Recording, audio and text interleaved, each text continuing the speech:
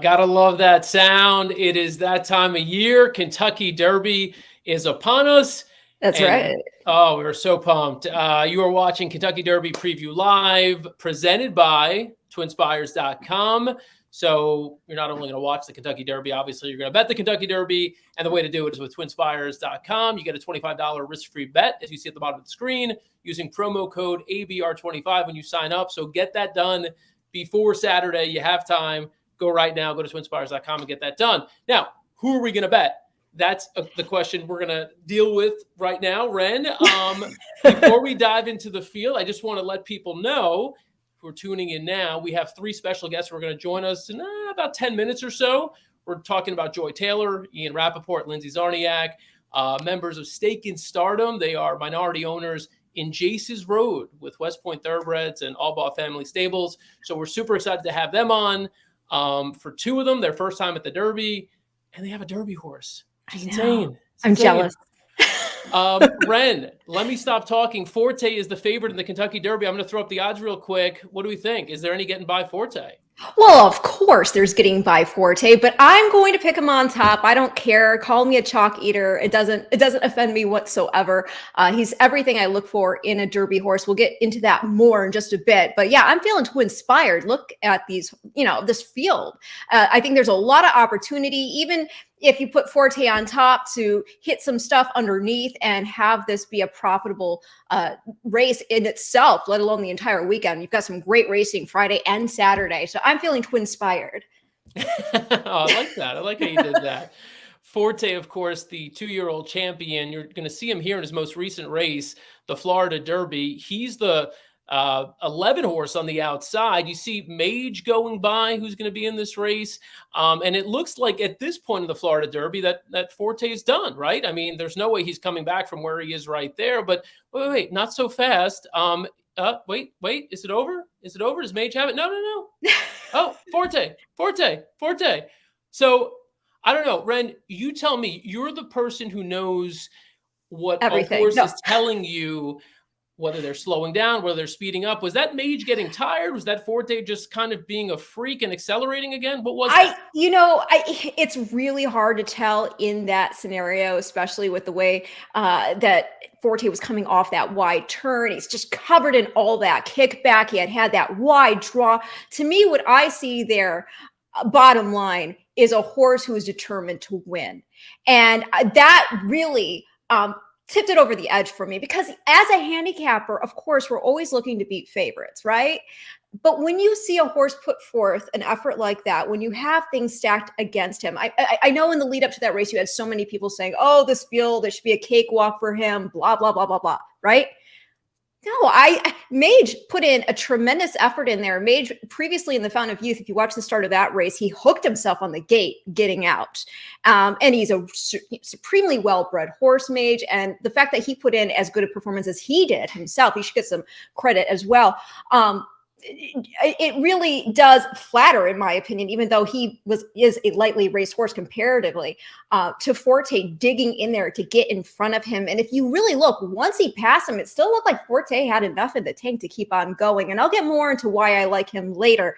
But to me, that really tipped over the edge for me, in that irrespective of what odds he was going to be saddled with, he was still going to be my pick. Yeah, you mentioned some of the odds here. Mage is the 8 horse at 15-1. Forte, who we've discussed, is 3-1. Now, if we're looking at other favorites in this race, just to cover this on a very high level, the 5 horse Tapit Trice, who I know you like a lot, is also 5-1. I'm going to take that back down. And as we make the case here for Tapit Trice, let's look back at the Bluegrass Stakes here and what he did here. Go ahead, Ren. You want me to talk about? Yeah, go ahead. Sure. I thought it was really impressive. We saw Luis actually get him involved along the backside, get him into position to move. And now he's going to come up right alongside Verifying, who is a very nice horse. I remember talking to Adrian Wallace before this horse actually debuted last year on my Future Stars Friday show. And he was telling me that Brad Cox told them that this 2-year-old, give him a good name because he's going to be deserving of it. So they named him Verifying. And here you see these two duke it out there to the wire. I thought it was very impressive because Verifying, he had an awful trip there in the slop back in the earlier prep race, and in which Reincarnate was also not getting a very good trip. And I know that's a horse. Sorry, I clicked something on my screen here, so I can't see what I'm talking about. So with Reincarnate and verifying in the Rebel, that off track, that slop, there was all this kerfuffle going on in the stretch there, and both of them really had to adjust course. Verifying, therefore, I thought when he came back here in the bluegrass, it wasn't surprising to see him put forward an effort like that really harkened back to the quality that we thought he had. And the fact that we saw Tapit Trice dig in and get up over him, despite maybe getting involved a little bit sooner than what we'll see him in the Derby do, was impressive. Now, Tapit Trice, I saw him in person in the Tampa Bay Derby, of course. And if you watch the beginning of that race, not only was he a bit slow getting out of the gate, but it knocked Luis Saez back into the saddle, and he really had to adjust himself, get up and get into position, and then he had to come from off it. So he's a very nice horse. He's certainly bred to get the distance, and Verifying's another one. If you like him, I wouldn't fault to at all. Yeah, Verifying does draw the rail. We talk about post position in this race, obviously being drawn on the inside. Sometimes a challenge. Hit Show is a horse coming out of New York, arguably the best horse out of New York, 30-1. Maybe partially because of that rail draw, will not get as much love, will not get as much respect. The other Hit Show name that they lived up to his name there in the stretch of the Wood Memorial. Oh, yeah. There was all that bumping going on, bumper cars down to the wire. Yeah. No, look, I think it's an interesting horse. Manny Franco aboard there. And then, of course, the other thing to talk about before we get to our special guests who are waiting in the green room right now to come in, it would be just the other obvious buzz horse, and that's Derma Sotogake, the horse from Japan, who won the UAE Derby. We talk about pace in this race. This is a year where, with 20 horses, in past years, it's always like, well, there's going to be a big pace meltdown like there was last year because there's 20 horses. Invariably, there are going to be 4, 5, 6 with a ton of speed. This year, that's not the case, but Derma Sotogake is one of them. Reincarnate is obviously one of them. So I don't know, where do you put this horse? Do you think he's on the level? Do you think he gets involved in a pace duel? Is he the fastest horse? Does he get to the lead? I think he's on the level. I don't think they're going to go for the lead. Okay. I don't. I saw the pace projector. I don't think they're going to go for the lead. If you watch his prior races, he came from off the pace. I think he, just by virtue of the draw, went for the lead in the UAE Derby, and he ended up being the fastest horse in there. He was able to draw off in impressive fashion. I mean, that horse, he was already going at a pretty good clip through the UAE Derby, and then it looked like he kicked onto even another gear heading to the wire there. And for those who are saying, oh, wise guy horse, I feel like there are a couple of wise guys horses this year in this Derby, to be honest with you. But with this horse, when I looked at him working there at Churchill, I wasn't there in person, but just, watching the videos back, again, I was seeing the acceleration of him just kicking on once they had him pass his workmate. And he really does so with gusto. And as terms of where he fits into the puzzle, like I said, we've seen him in his prior races coming from a couple lengths off the pace and everything. So going to lead, I don't think he needs to do it. It doesn't mean he won't do it. If he can, maybe he does. I don't know. I think that his jock may be from last year going out and jetting it. Maybe he's going to rethink that strategy, especially being in the 17 hole and having to then draft all the way over. This horse also, if you watch his races back, he looks like a real gutty sort because he's in a lot of traffic and he just digs in. He reminds me of an alpha male. He's like, get out of my way, I'm coming through. And he doesn't get intimidated in between horses. And to then put it in the common opponent game perspective, we saw what Mandarin Hero did there in the Santa Anita Derby, right? Got within a nose of Practical Move in the end. Well, the horse who had beat Mandarin Hero before he came over for the Santa Anita Derby, well, Derma Sotogake beat him after he had beat Mandarin Hero. And so then we see him come over and put up that 100 buyer here. So where does he fit? I think he fits very nicely. I would not be surprised if he won. I'll give you one fun fact. Of the entire 20 horse field as it currently stands, he is the only horse in the field who does not have a genetic connection to Secretariat. Oh, wow. All 19 other horses do. You always bringing it back to Secretariat. We know. even worked in a Secretariat video. It's going to be coming up in a little bit. As I'm looking at the comments here, feel free to drop your picks in. Tell us who you think is going to win. Tell us who you're going to bet with on twinspires.com. Mage right there. Skinner, reverse trifecta from Billy Blake. Tapit, Trice there, Hit Show. If you have any questions, let us know. We might get to them at the end of the show. So as we transition to our guests, I do want to take a look back here at the Louisiana Derby, because talking of speed, there are a lot of people who think that the horses who ran 1-2 a long way around here, which would be King's Barnes on the lead right there, and the horse who's second there, Jace's Road, might be factors in terms of the pace, the early pace at least.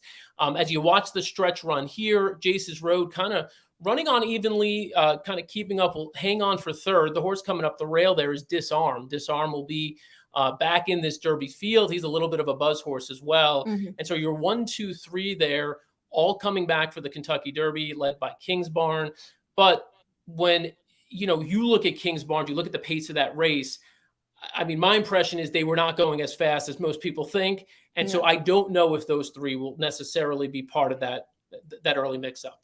No, I mean, I think that's fair to wonder. I did see where we saw Jace's Road actually, when he was sprinting, show a little bit more speed. And I think that he could possibly do so good. I mean, if you look at that debut when he originally was at Ellis Park, and it was the 6 furlongs, and he wasn't hanging very far off, a pretty honest pace. There was a 45 and 2.5 and all that. And he's also won on the lead before, although he was doing it through very moderate fractions there when he won the Gun Runner in gate to wire fashion at the fairgrounds. I don't see him on the lead. I don't see King's Barnes anywhere near the lead. I think that. Do you want to say your horse or? Well, let's do this. Okay. Let's as we bring in our guests here, they're standing by. We're going to bring them in right now. We're going to take a look at Jace's Road, the horse that everyone is talking about, because he is the Stake and Stardom horse. He's owned as minority owners, Joy Taylor, Ian Rapoport, and Lindsey Czarniak, who join us live now on the screen. What's up, guys? What's going on? Hi. We're all here. It's Derby week. Can you smell the roses? So let's put this out there. Ian, you've been to the Derby before. Joy and Lindsey, you have not been to the Derby before. Ian, let's start with you. Do you want to warn Joy and Lindsey about anything in particular? It is my favorite week of the year. I'm so excited. I mean, from my non-work life, it's amazing. It's, not only the most exciting 2 minutes in sports, but it's the most tense and anxious. You guys have been to a big race, like the 5 minutes beforehand is just like, as big a buzz as you would get before like the kickoff of a Super Bowl or something of that nature. I mean, it is fun. It is awesome. It is, a little bit glamorous if that's what you're into. And it's awesome. And then in my work life, it's basically the thing that I look forward to, because the off season is here, and Kentucky Derby is kind of the carrot at the end of the whatever for me. So I'm super excited. I don't know how much advice I would be able to give, except for it is a long day. Pace yourself and wear comfortable shoes. That's about all I got. Yeah, I've given up wearing high heels for sure. So what do you wear? Can you just share around? I wear fashionable boots. I wear boots that you can wear with a dress, and I'm good. Okay. And Lindsey, I told you, pace yourself. We had this conversation earlier, so just Lindsey's trying to get into everything. She's well, your dad was a turf rider, right? He was a journalist he started covering sports, for USA Today. So his first assignment and beat there was horse racing. So he's coming with me. I mean, he's so excited, and I'm really, it's going to be really cool and special to be able to experience that with him, but also, with all of you guys as well. So I'm so pumped. The shoe thing, Joy, do you have your shoes yet? I mean, I thought I had my shoes. I don't know now.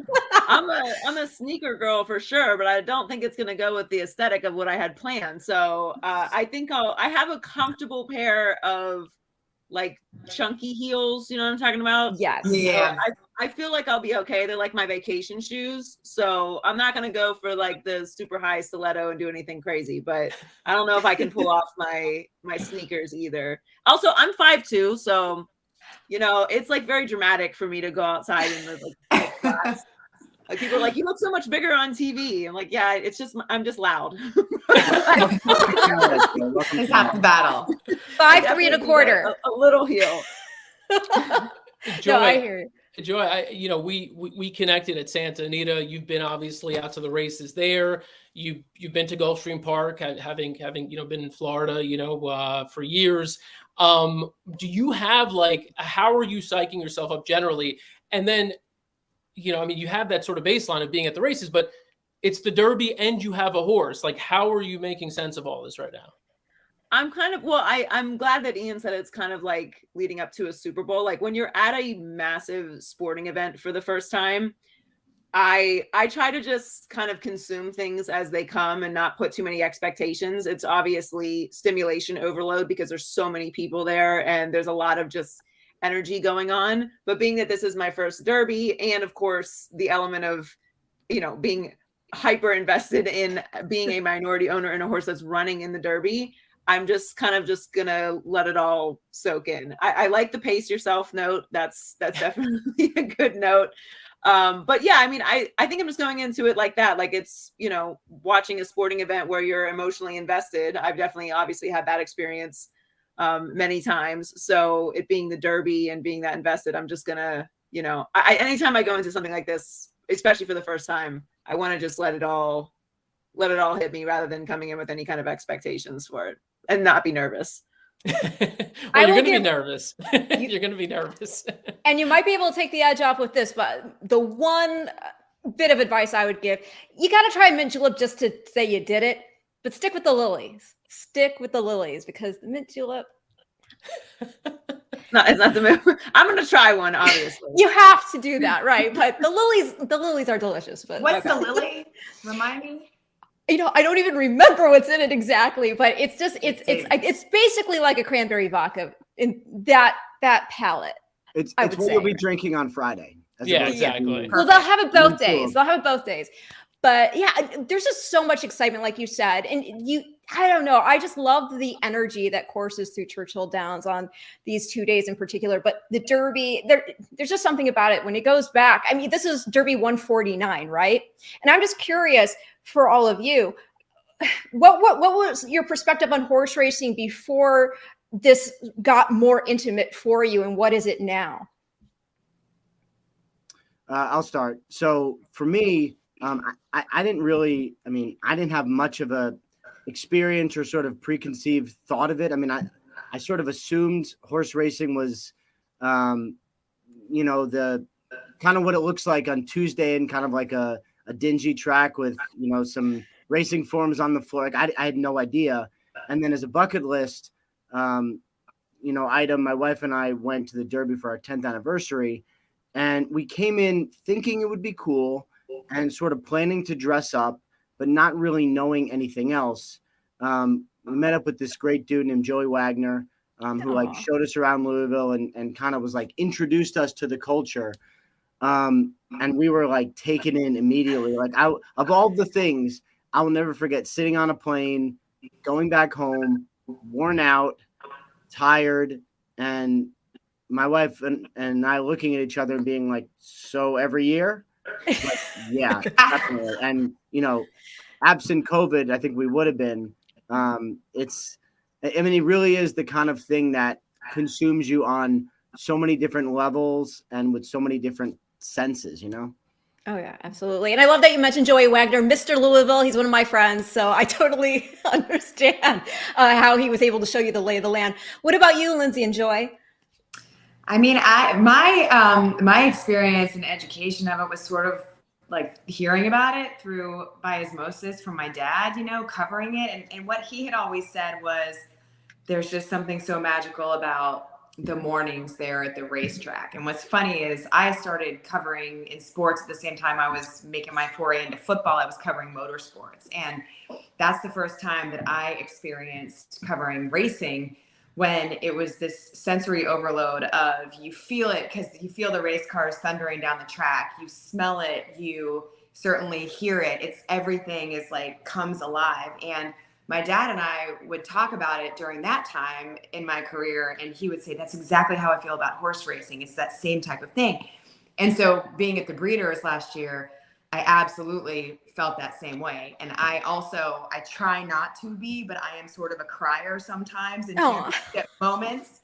And I don't know, I can't explain it. So what I felt during that race, watching Flightline do what he did, I mean, it just blew my mind. And it was so cool too, to just kind of put that all together and really experience it for myself. So the Derby, I've never been, and I'm just super excited, like Joy said, to soak it all up, try to pace myself, not have too many mint juleps, wear the right shoes, and, pray for the horse to do something really special.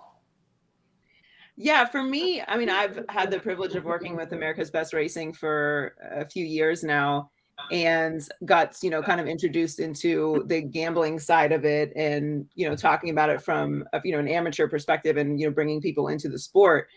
And, I have been to Gulfstream before, and have been out to Santa Anita a few times, and it's really become it's really changed my perspective, I should say, on what the sport is. I understand what Ian's saying. Like, it's such a glamorous and fun and exciting experience, even aside from, the gambling aspect of it. And obviously it's very fun to win, and that makes it even more fun. But it's a really, like, it's a community. It's a very unique culture. It's for everyone. You'll see people of all ages at the track enjoying themselves. Families will come out and, get to experience just the sights of the park. And it's just like a beautiful afternoon. So for me, I've just had a really great time every time I've been out. And obviously I know the Derby is a whole different experience, but that's also why I'm really excited about it, because, we call it a bucket list item for a reason. You went for your 10th anniversary. Like, it's a very big deal to go. It's not the easiest thing to just, say, I'm going to take this weekend and go to the Derby. So, it usually is something that people really put high on their list of experiences to have. So that's really what I'm excited about, and, to learn more about, the culture of this particular weekend, but just being able to be immersed in the sport over the past 2 years, and to learn more about it. And now, knowing more about the ownership side, which is very cool, because this is a very rare opportunity, especially if it's not a sport that you've been introduced to at a young age, or it's not a part of your, your family. You wouldn't just necessarily wake up and be like, I'm going to get into, horse ownership. Like, probably not a good idea, really, if you don't know anything about it. So it's cool to be able to speak from that perspective as well. And, when you're introducing, people to the sport, or talking to people about it, I know I'm sure this is your guys' experience as well. Since I've, talked publicly about owning a horse, so many more people have been asking me about it, asking me about what I'm going to be doing at the Derby, asking me about when I'm going to the races, like, how do they get involved, where they, learn more about Jace's Road. And that's just from, those are all casual fans just being introduced to it from, me talking about, being a minority owner of Jace's Road. So it's all changed over the years as I get to know more about it. And now I have a whole different perspective being on this side of it as well. I love that so much. Dan, I'm just going to give one more tip, and then I'll be quiet, regarding what for your Derby, your first Derby experience, and Ian, your first as an owner. One of the things that always stirs me, and I think I can speak for everybody who's there in attendance, is right before the gates pop open, take that moment in, because first there's this quiet once the last horse loads, and you've got these 20 horses in this gate, and the anticipation of those doors just popping open. You can hear what's going on in the gate. You can hear the horses kind of knocking in there in a little bit. And then suddenly the crowd starts to clap and the gates pop open, and you just feel this exhilaration. It's just really one of those, they talk about time standing still. It does. And I'm always fascinated by what must be going through the minds of the jockeys as they're sitting in there on those horses and they're waiting for those doors to open. It really just stays with you. It's a profound feeling just before those, again, that latch is sprung, and out comes these horses, and they're on their way to get their name, hopefully, written in the history books. You just made me physically feel like I was going to throw up. Excitement. Seriously, I have this pit in my stomach. I'm like, that's so cool. You'll have to go back and watch the replay after American Pharoah won the Kentucky Derby. Justin Zaya, who's so sweet, he literally yacked right there in the owner's box. I mean, my hands are sweaty. Like they're sweaty. Can I show you? Tordjman, can I show them real quick? I was gonna say, yeah, before we let you guys go, we got to see this. Go ahead, show it. I have something, and Joy and Ian, we're sending this to you because this is Oh my God. a card Oh my gosh. of Jace's Road, okay? And I'm a Girl Scout troop leader for my daughter's Daisy troop. She's in kindergarten. And I was like, I'm going to get them into this because this is how you start fans really young. Yes. So they're 6. So this is Jace's Road, and it just says his height, 16.2 hands, his weight, and the fact that he's identified by his 2 white hind socks. But so you guys, I was doing this like an NFL media guide because I was like, you read it open and they got that quote. Love it. And then the girls, they were dying over. Okay, I'm gonna show you. So these 2 pictures. Oh, we got them here, Lindsay. We got them here. They are. These are the Okay, pictures. yeah, sorry. Okay, so this is him now, right? But then there was this other, and you see his white hind socks. Yeah. They were crazy because as a foal, see his white hind socks there. Oh my. And then you could see how they got so much more defined. But the funny thing was, half of them went home and told their moms that I was riding the horse in the Derby. So they thought that I was jockey. They have no idea. That would be a anyway, story. my whole purpose was, I was like, we'll get you going. You can watch it at home and be like, there's our horse, you know? But I love it. yeah. So you guys will have this. We'll send this to you too. So That's awesome. Thank you. Yeah. And I am a card collector, so I definitely need one of those cards. Like I need an actual baseball card, in a top loader with the plastic. And again, before we let you go, let's just take a look back briefly. This is Gunrunner. This is Jace's Road winning the Gunrunner Stakes. So this was last year. This was his big win as a 2-year-old, and so hopefully that's a preview of what we're going to be seeing on Saturday. Jace's Road crossing the line first. Thank you all. I'm so excited. you. We'll see you on Friday, Saturday. Let's go. Yeah. Let's do this. Cheers. You guys. We're excited, guys. We're excited. Yes, super pumped. All right. We'll see y'all soon. All right. So we are, I love the way Joy put it in when she said, without this experience, she wouldn't have been able to share it with the people who follow her, who know nothing about horse racing. And now just organically, they're asking questions about it, and they want to know more about, even if it's not owning a horse today, it's about, what is this? How does this work? How did this horse get to the Derby? So we are so excited. I mean, the 3 of them, and again, goes without saying, West Point Thoroughbreds, absolutely amazing to partner with us on this.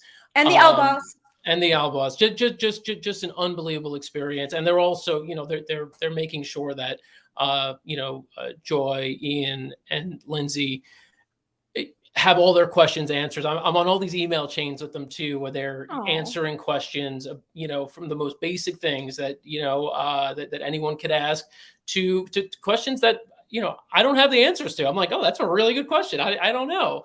So it's been great to watch. And Ren, I loved your question about perceptions before and after. So really good stuff. I mean, I love the Stake and Stardom and what you're talking about and how it is getting people outside of the sport engaged and interested in it. Because when you think about it, it still blows my mind. We're not that far removed when we were still a society relied on horses day in, day out. I mean, the Industrial Revolution wasn't all that long ago, right? I mean, relatively speaking, in the history of the world. So the fact that these days it is hard. I mean, some people don't know much about anything about horses, let alone horse racing, and just how amazing these athletes truly are. So I think this is wonderful.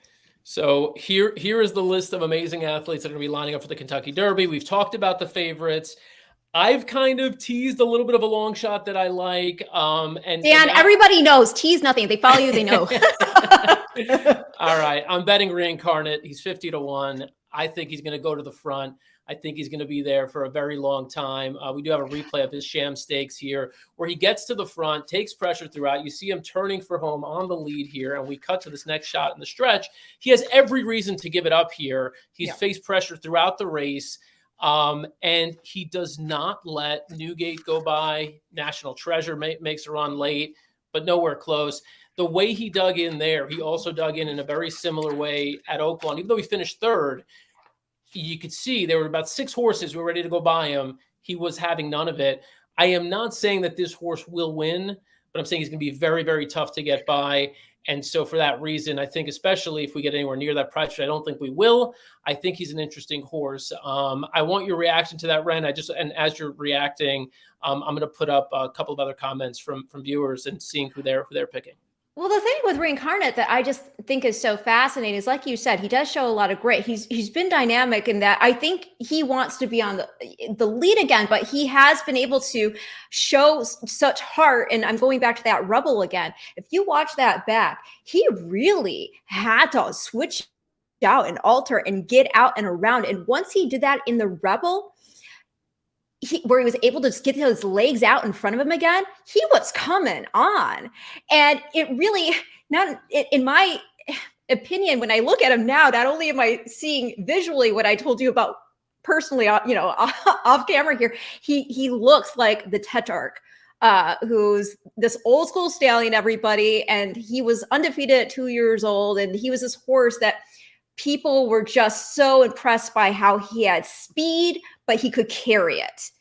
And so the fact that this horse is named Reincarnate, I mean, we'd have to ask Tom Ryan. I'm wondering if they named him because he looks like. Oh, I think they said Cigar. They said Cigar. It was they really? said, yeah. I think Cigar was the horse. They said he looks like Cigar Reincarnate. That's where they got it from. He doesn't look like Cigar to me, but okay. Maybe when he was a baby, I guess when he was younger. I don't know, but that's what. But that's the story I heard. So hey, what? But what's funny is the Tetrarch. That's actually a Greek word, the governor of a quarter. So maybe he'll prove that he's the governor of a mile and a quarter. Yeah. Right. Come on, see what I did there? It's dorky humor. It's dorky humor. Dorky. Well, but no, I like your horse. They're okay. So Forte. Yep. I love Forte. I'm sorry, y'all. You can tell me that I'm a chocolate eater. Like I said earlier, I'll just drink my water. It's all good. Also, I'm a Breeders' Cup homer, right? So I want to see him become just the third horse to win the juvenile and then go on to win the Kentucky Derby. Because before it was Street Sense, and then we had Nyquist do it. And this horse Forte, beyond what he's done on the track, his pedigree. I'm sorry. At the end of the day, what am I? I'm a pedigeek, right? His pedigree is just so freaking exquisite. I mean, when you look at the top, Violence, Todd trained Violence also. And we didn't really get to see the best of Violence. He had a short career, right? By Medaglia d'Oro. And then Violence himself, he comes from this really deep, amazing family like Sky Beauty and all those great horses there. Now you go down to the bottom side, right?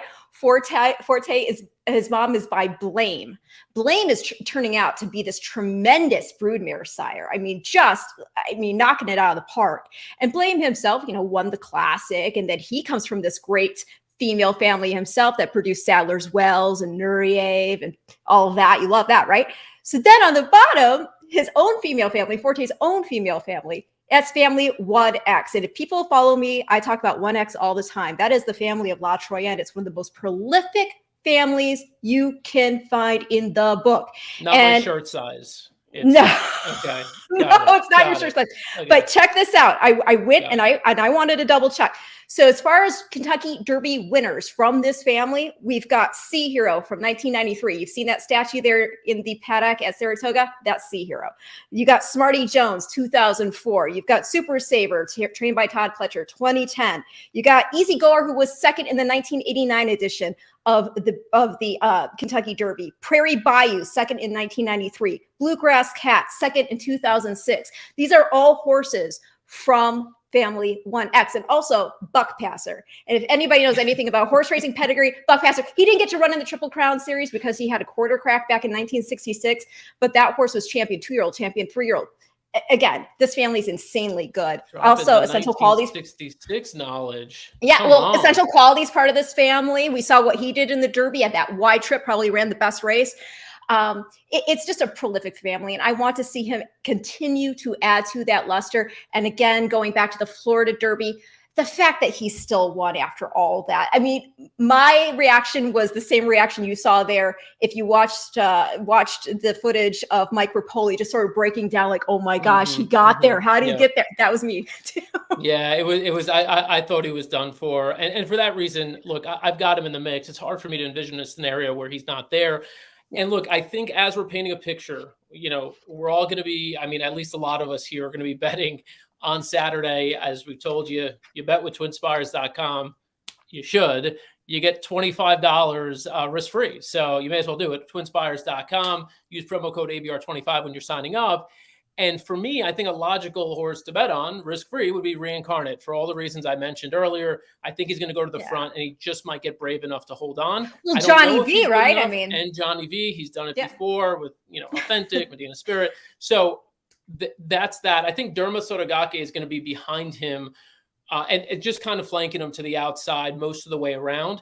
I think he's a good horse. If you watch his Saudi Derby, he didn't get up quite in time to win, but he was moving late. I think this horse can run and all that was day. his first race, and that was also his first race.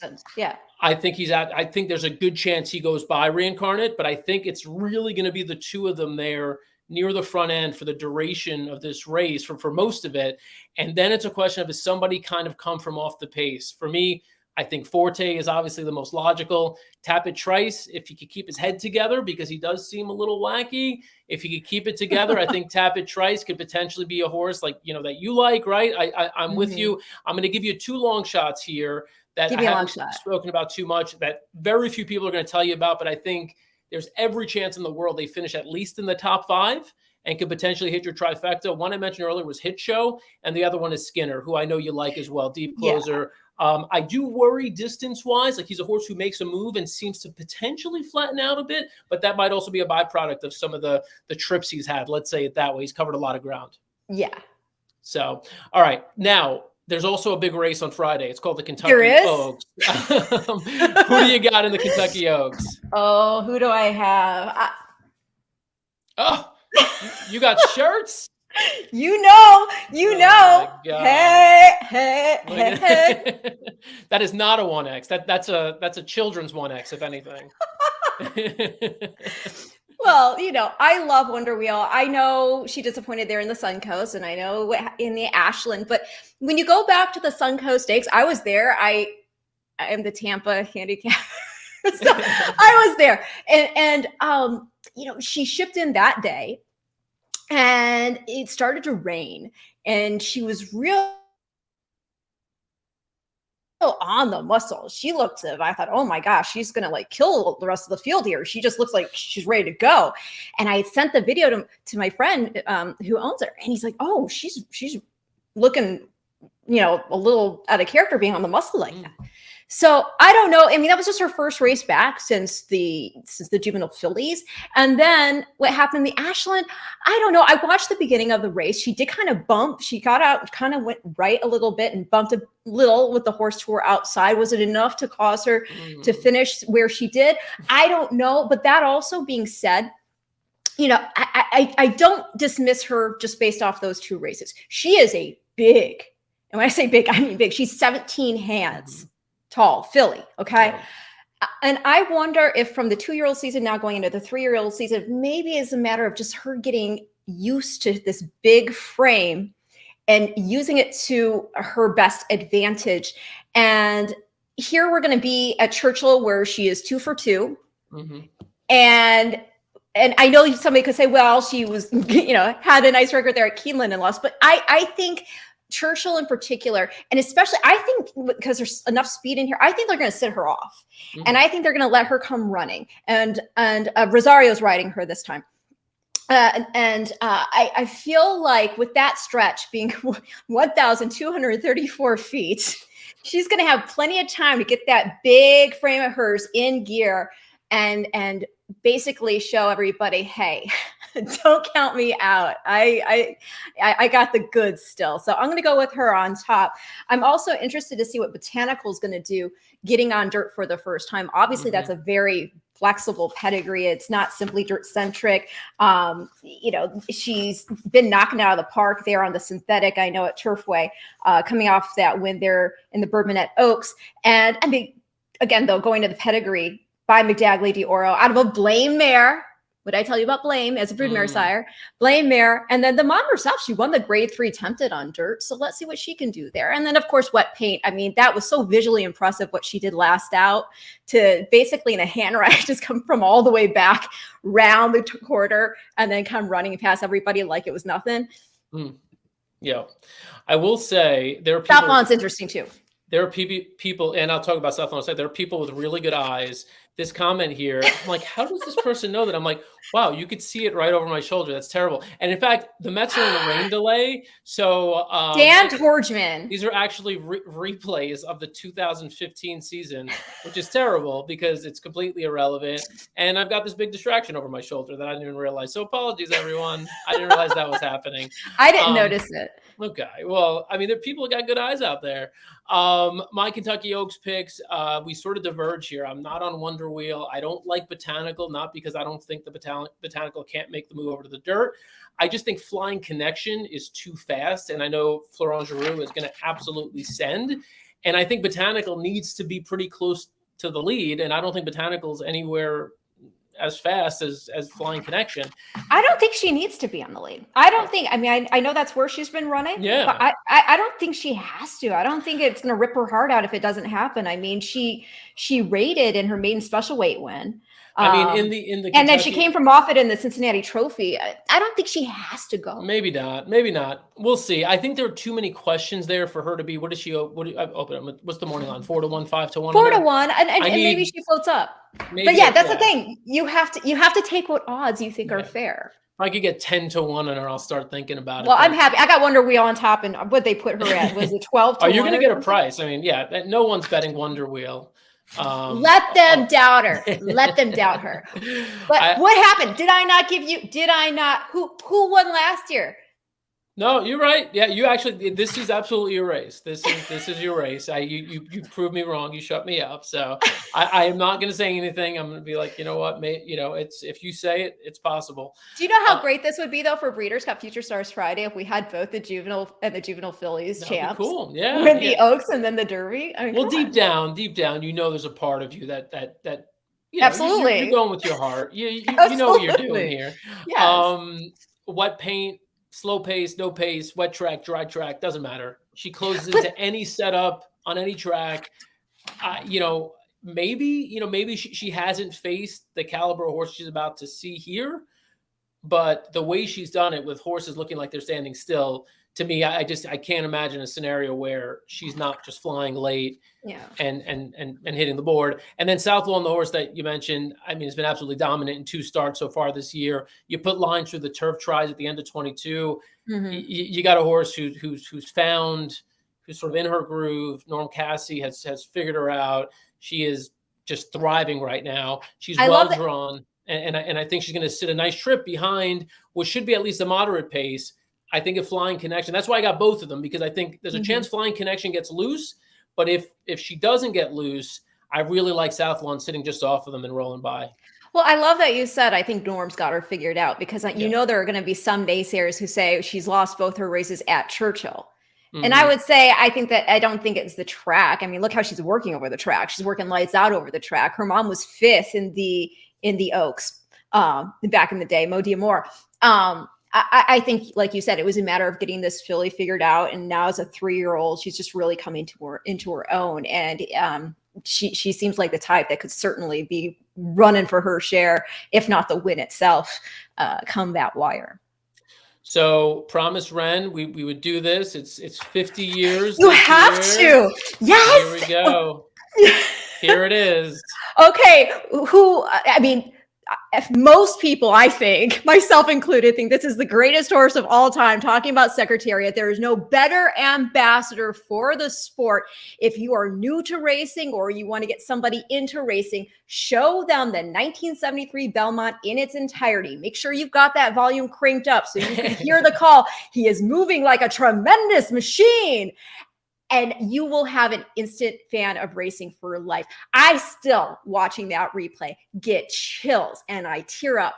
I mean, this horse, you just said it, the 50th anniversary, he still holds the record for each leg of the Triple Crown, the Derby, the Preakness, and the Belmont, 2:24. Nobody's going to touch that. He knocked off 2 seconds. You kidding? And like I mentioned before, if you are just joining us, 19 of the 20 horses who are going to be going in that gate on the first Saturday of May are related to Secretariat. There you go. And just so you know how different Ren and I are when it comes to why we love racing, when I want to get people into the sport. Oh, you like to get dressed up. No, I'm joking. I show them the heartache of Real Quiet and Victory Gallop in the Belmont. Like, look how exciting this is. This horse almost won the Triple Crown, but got nailed at the wire. How crazy. How painful. You go for the pain. This is so much fun. You can't get that drama anywhere else. The masochism. This picture is worth $5 million or whatever the bonus was there. Look at my bad beats. It was spectacular. So I loved it. No bad beats this weekend when you play on twinspires.com. You get a $25 risk-free bet. Sign up using promo code ABR25.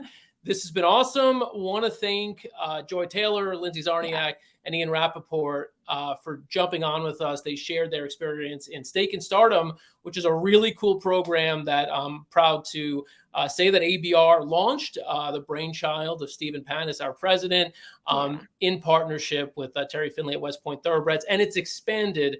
It is expanding to other partnerships. And again, I want to thank West Point and Alba Family Stables for letting Joy, Ian, and Lindsey in on this experience with Jace's Road. To have, to have an experience that most people would never have, but it's the ultimate goal. And to be able to share that with their followers has been spectacular. And I want to thank Ren. Ren, thank you so much for making time for us again this Derby. I love it. Are you kidding? And everybody stay tuned because we also have closing week here at Tampa Bay Downs. Look at you. Look at you. I had to fit it in there. Fit in there. That's a wrap. For Ren, I'm Dan. We'll see you next time. It's America's original sport, and no one covers it better than America'sBestRacing.net. From the sport to the lifestyle, the best races, horses, and destination venues, cocktails, gambling, fashion, and more. America'sBestRacing.net is a sport for you.